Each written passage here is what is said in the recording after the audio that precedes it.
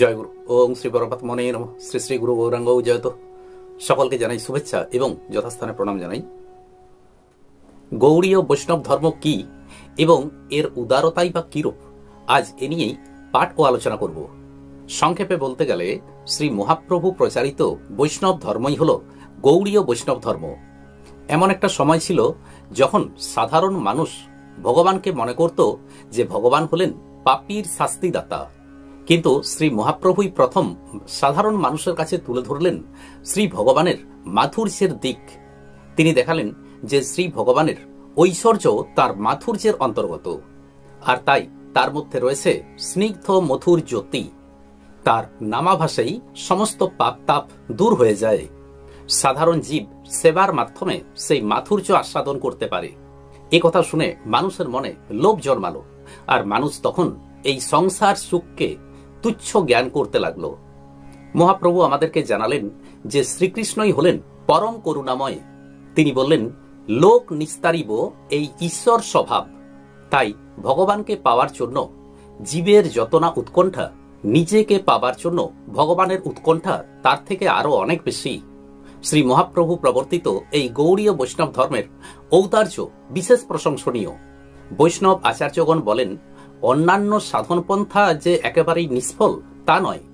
জ্ঞান যোগাদি পন্থা দ্বারাও ভগবত অনুভব হতে পারে, তবে সম্যক রূপে ভগবানকে অনুভব করা যায় কেবলমাত্র ভক্তির মাধ্যমে। বিভিন্ন সম্প্রদায়ের বিভিন্ন উপাস্য দেবদেবী রয়েছেন, তারা সকলেই সত্য, কিন্তু তার মূল হলেন ভগবান শ্রীকৃষ্ণ। তাই মহাপ্রভু বলেছেন, নিজ জাতি নহে কৃষ্ণ ভজনে অযোগ্য, সৎকুল বিপ্র নহে ভজনের যোগ্য। যেই ভজে সেই বড়, অভক্তহীন ছাড়, কৃষ্ণ ভজনে নাহি জাতি কুলাদি বিচার। এই হরিভক্তির মাধ্যমেই চণ্ডালও ব্রাহ্মণ হতে পারেন, আর মহাপ্রভু তা দেখিয়েছেন। তার এক প্রধান শিষ্য ঠাকুর হরিদাস, তো যবন হরিদাস, তিনি যখন ইহলোক ত্যাগ করেন তখন তার সব দেহ নিয়ে মহাপ্রভু কোলে নিয়ে তাকে নৃত্য করতে থাকেন। এই বৈষ্ণব ধর্মে সকলেরই ভজন করবার ও করাবার অধিকার আছে। তাই দেখি চৈতন্য চরিতামৃতে বলা আছে, কিবা বিপ্র কিবা ন্যাসী শূদ্র কেনে নয়, যেই কৃষ্ণ তত্ত্ববেত্তা সেই গুরু হয়। তাই দেখি হরিদাস ঠাকুর নাম প্রচার করেছেন, রামানন্দ রায় শাস্ত্র প্রচার এবং ব্রাহ্মণকে কৃষ্ণ কথা শ্রবণ করিয়েছেন। মহাপ্রভু নিজে সন্ন্যাসী হয়েও তিনি গৃহী রামানন্দের নিকট শাস্ত্রোপদেশ শ্রবণ করেছেন। আবার কায়স্থ ঠাকুর নরোত্তমের অনেক ব্রাহ্মণ ভক্ত শিষ্য ছিলেন। শ্যামানন্দ ঠাকুর ছিলেন সদ্গোপ, তারও অনেক ব্রাহ্মণ মন্ত্র শিষ্য ছিলেন। মহাপ্রভু এমন একটি ভজনের উপদেশ দিলেন যে দেশ কাল পাত্র নির্বিশেষে যে কোনো মানুষ যে কোনো সময়ে যে কোনো স্থানে এই ভক্তির অঙ্গ অনুষ্ঠান করতে পারেন। মহাপ্রভু প্রবর্তিত এই ভক্তি অঙ্গ অনুষ্ঠান করার ফলে মন থেকে আপনা আপনি বিষয় বাসনা দূর হয়ে যায়। এর জন্য কোনো যোগ পন্থাকে অবলম্বন করতে হয় না।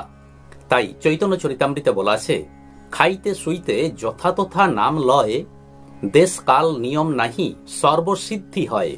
কাজেই শ্রী শ্রী নাম সংকীর্তনই যে শ্রেষ্ঠ তাতে কোনো সন্দেহ নেই। শাস্ত্রে বলা আছে যে বিভিন্ন মানুষ বিভিন্ন নাম সংকীর্তন করলেও কারো কীর্তন নিষ্ফল হয় না। তবে এও বলা আছে যে শ্রীকৃষ্ণের নামের মাহাত্ম্যই সর্বাধিক। কৃষ্ণ নাম কীর্তনের ফলে কৃষ্ণ প্রেম ও কৃষ্ণ সেবা লাভ করা যায়। তবে কীর্তন করতে হয় এমনভাবে যাতে করে কোনো প্রকার নাম অপরাধ না ঘটে যায়। গৌড়ীয় বৈষ্ণব ধর্মের মূল কথাটি হল ভগবানের সাথে ভক্তের যেন একটা গভীর আত্মীয়তার সম্পর্ক স্থাপন করা। ভগবানকে একান্ত নিজের মানুষ ভেবে সর্বদা তার সাথে সাথে থাকতেই ইচ্ছা হয়। ভগবানকে আমরা সখা রূপে, পতি রূপে, পুত্র রূপে যেভাবেই তার সেবা করি না কেন, তিনিও সেইভাবেই আমাদের প্রতি কৃপা করেন। ভগবানের সাথে ভক্তের এই যে সম্পর্ক, এটি মহাপ্রভুর এক অপূর্ব আবিষ্কার।